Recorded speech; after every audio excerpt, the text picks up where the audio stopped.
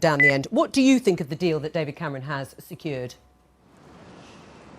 Yeah, it's OK. I mean, I think George Eustice is, I guess, concentrating on some of the very detailed points that he disagrees with. I felt that the renegotiation was good. I think, in particular, Britain being in a position where it retains full membership of the single market, whilst not ever being forced to even consider joining the euro. That's the right kind of thing. But to be honest with you, what George is talking about, with all due respect, and indeed the renegotiation, is pretty, a side issue compared to the big, loftier issues that most people will be making their mind up over. Is it going to be in Britain's interest or not to be part of and in the driving seat of the world's largest, most prosperous market in most insecure and dangerous times that we're in now? Is it better for us to be alongside our friends and neighbours or to be isolated? And when you're dealing with huge global issues like climate change and the refugee crisis, are you better off on your own or working with others? Well, and that's the point the Prime Minister made. Exactly. I mean, he says we're going to be safer, it's going to be less risky, we're going to be better off staying in the EU. You're going for danger. I don't agree with those people in the EU campaign who make this point. When it comes to security, look, we have to work with countries around the world on counter-terrorism. The United States, we have to work with countries like Turkey at the moment. Our special forces often deploy alongside Australians and New Zealanders. None of these countries are in the European Union. Of course, we also need to work with the EU countries, but we can work with them and cooperate very closely through a new UK-EU partnership. We don't have to give control of our laws away. We don't have to accept diktats from foreign courts. Right. What do you say to that, Tim Farron? Well, look, first of all, George has quite rightly pointed out we work with lots of other countries in other organisations like the UN, like the World Trade Organisation. So this issue about sovereignty and independence, all of us, with the possible exception of North Korea, pool our sovereignty one way or another by working with one another.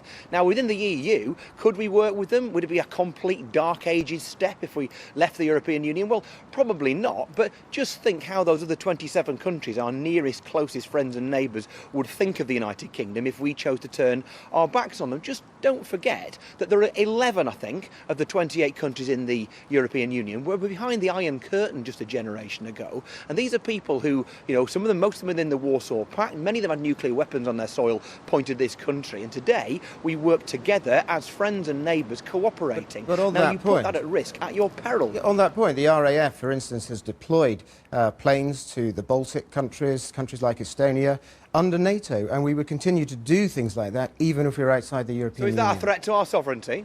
Is being in NATO a threat to our sovereignty? No, it isn't a threat to our sovereignty, but it's a question of balance. And I think when it comes to the European Union, we have them dictating laws in thousands and thousands of areas where we don't need them to be dictating those laws, where we could do far better if we were able to think creatively about doing things differently and coming up with better policy. Okay. Let's move on to the subject of migration. I mean, you very creative to spend the next... Hang on, sorry, Tim. We'll move on to migration because we're slightly short of time. You once stood for UKIP, George Eustice, in the European elections. Do you agree with Nigel Farage that without leaving the EU, there is the potential for 500 million people, as he quotes, to come to Great Britain?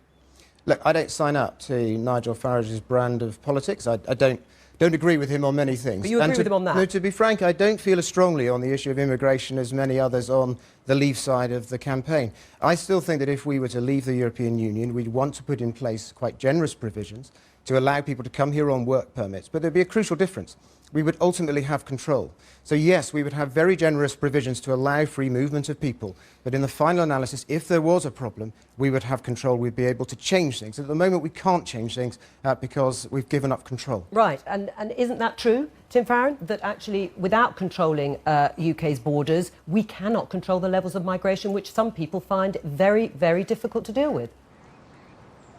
Well, we're not in the Schengen Agreement, therefore we have very large degree control over our borders. And, George is right, actually, to say that freedom of movement is incredibly important. At this moment, the last time I checked, there are 2.3 million EU citizens living and working in the United Kingdom and 2.2 million British citizens working elsewhere in the rest of the European Union. So it is give and take. And what we need to understand is that is enormously beneficial to the United Kingdom. And we often talk about, or we hear from UKIP and others saying that we have a net contribution of £9 billion a year to the EU. They never mention there's an £80 billion a year benefit to the United Kingdom of being in the EU because of the single market and because of the freedom of movement of labour. And that's why it's so utterly bizarre that you've got Boris Johnson, currently the Mayor of London, the part of the UK that probably benefits most of all from being in the EU, adopting more positions than the Kama Sutra, putting in place whether we stay in the European Union or not. I think that putting in place a free trade agreement, actually, as part of a new UK-EU partnership, is the easy bit.